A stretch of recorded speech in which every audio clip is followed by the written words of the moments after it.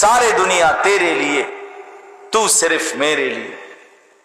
तमाम दुनिया बांदा आमी बानिয়েছি তোমার জন্য, শুধু তোমাকে বানিয়েছি আমার জন্য। সবটা দুনিয়া তোমারে দিলাম, আর তোমাকে আমি আমার নিজের জন্য নিলাম। এই যত নিয়ামত আল্লাহ তাআলা একজন মানুষকে দিয়েছেন, সমস্ত নিয়ামতের মধ্যে সর্বশ্রেষ্ঠ নিয়ামত হলো যাকে আল্লাহ তাআলা ঈমান দান করেছেন।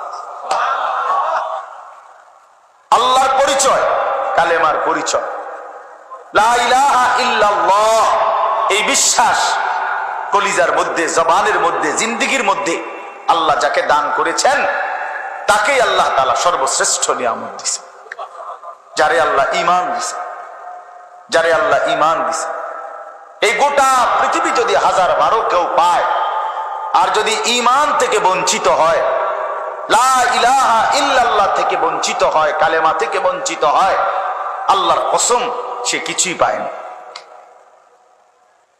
আর ঈমান পেয়ে, আল্লাহকে পেয়ে গোটা পৃথিবী যদি মোটেও না পায়, সে কিছুই হারায় না, কিছুই হারায় না। এজন্য ঈমান সর্বশ্রেষ্ঠ নিয়ামত।